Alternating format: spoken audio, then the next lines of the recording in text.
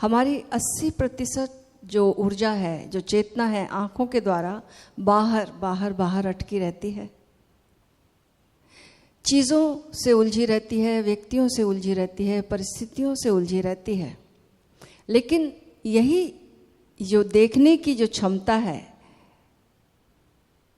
इसका हम उपयोग कर लें तो यही द्वार बन सकती है। इसी के लिए त्राटक साधना शिविर है। कैसे? महर्षि पतंजलि ने कहा कि जो भी वस्तु प्रिय हो, सबसे प्रिय वस्तु या कोई सुंदर चेहरा, सबसे सुंदर चेहरा एक शिष्य के लिए अपने सद्गुरु का होता है,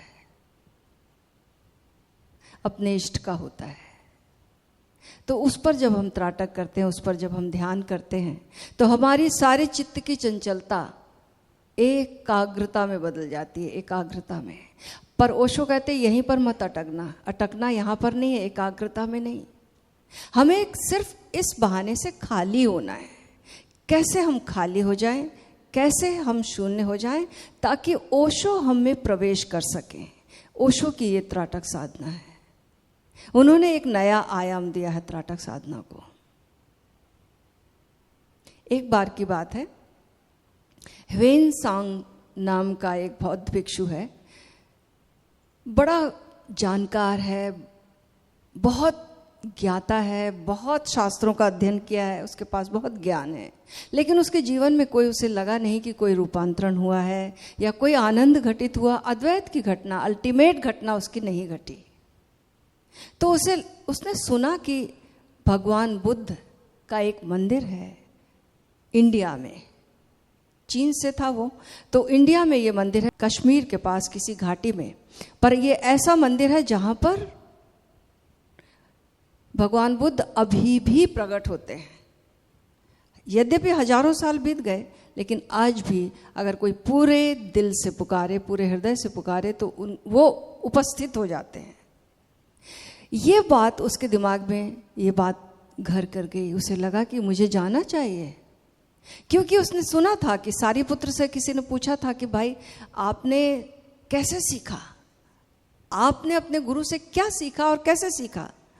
तो सारिपुत्र ने कहा जो जो भगवान बुद्ध कहते थे वो मैंने सुना, लेकिन और सीखा भी, लेकिन जाना नहीं मैंने, यानी रूपांतरण अनुभव नहीं हुआ। लेकिन जो जो बुद्ध थे उन्होंने कुछ कहा नहीं, उनकी मौन उपस्थिति में, उनकी उपस्थिति को पिया, उनकी आबो हवा को जिया, उनके वाइब्रेशंस को अपने भीतर, स्पर्श को महसूस किया, और मैं उससे रूपांतरित हुआ और मेरे भीतर अद्वैत घटित हुआ।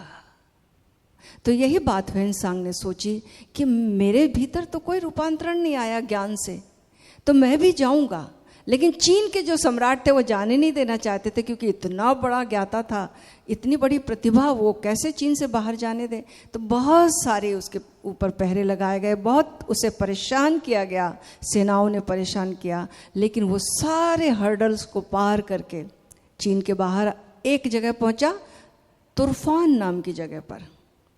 और जब वो तुर्फान नाम की जगह पर पहुंचा तो वहां के सम्राट ने उसे पकड़ लिया, क्योंकि उसकी प्रतिभा, उसकी आभा और उसकी जो जानने की, जो बताने की कला थी, उससे वो उसने भी सुनी थी।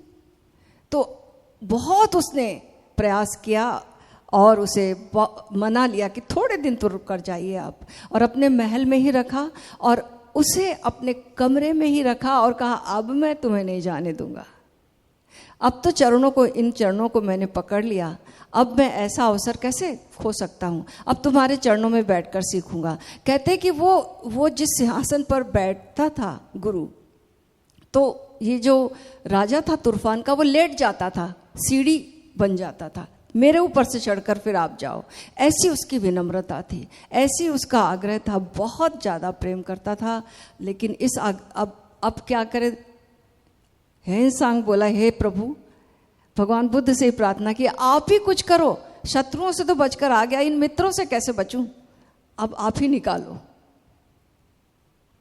और फिर उसने आग्रह किया, मान नहीं रहा था राजा। तो 3-4 दिन ये भूखा ही रह गया। बोला मुझे तो जाने ही देना ही होगा। फिर तुर्फान के राजा को दया आ गई। बोला कि ठीक है, मेरा प्रेम ऐसा हिंसा तो नहीं पैदा कर सकता कि आपको इस स्थिति में रखा जाए, आप स्वतंत्र हैं। और फिर वो आए, ह्वेनसांग आया। कश्मीर की घाटियों में बड़ा दुर्लभ था, कहते कि लोग वहां से बच के नहीं आ सकते थे, जो जाता था वो उन घाटियों में खो ही जाता था। लेकिन इस एडवेंचर में, ऐसी डेंजरस जगह पर ऐसा उसने एडवेंचर लिया। और तुर्फान और ह्वेनसांग जो है वो जाते जाते एक जगह पहुंचा। बौद्ध का मंदिर था ये, लेकिन यद्यपि यहाँ पर कोई बौद्ध ग्रंथ नहीं थे, यहाँ पर बौद्ध की भी मूर्ति नहीं थी, बुद्ध की मूर्ति भी नहीं थी। क्या था यहाँ पर? यहाँ पर एक खाली दीवार थी, कोरी दीवार, प्लेन दीवार। अब यहाँ पर जो बैठ गया टोटलिटी से, पूरी एकाग्रता से, पूरे भाव से, और पुकारता था जो भी, तो कहते कि भगवान बुद्ध उपस्थित हो जाते थे समय के पार, क्योंकि वो तो समयातीत है। जब भी कोई भी बुद्ध पुरुष जब शरीर छोड़ता तो समय के पार हो जाता है, यानी हर वक्त वो मौजूद है। हमारी क्षमता चाहिए, हमारी विनम्रता चाहिए। तो बहुत रोया, तड़पा ह्वेनसांग, बहुत चीखा, रात भर बैठा रहता था, सोता ही नहीं था, भूखा प्यासा, बस पुकारता रहता। चौथे दिन ऐसी स्थिति में एक बदली प्रकट हुई प्रकाश की, भगवान बुद्ध की आकृति सी बनी। इससे भरोसा आया और फिर अब उसने अपनी साधना जारी रखी, बड़ी विनम्रता और लगन से और प्रेम से भरकर वो बैठा ही रहता, दीवार की ओर देखता ही रहता, पुकारता ही रहता। और कहते कि 7वें दिन भगवान बुद्ध प्रकट हो गए और उसके जीवन में ये महान घटना घटी और उसका रूपांतरण हुआ। अब वो जो पढ़ा था, जो उसने ज्ञान इकट्ठा किया था शास्त्रों से, आज उसका अनुभव बन गया और वो उसके सारे शास्त्र प्रमाण बन गए। तो उपस्थिति जो है वो कभी भी हो सकती है, समय की कोई सीमा नहीं है। कोई बुद्ध पुरुष कभी भी हुआ हो, हम पुकारें तो उपस्थिति आती है।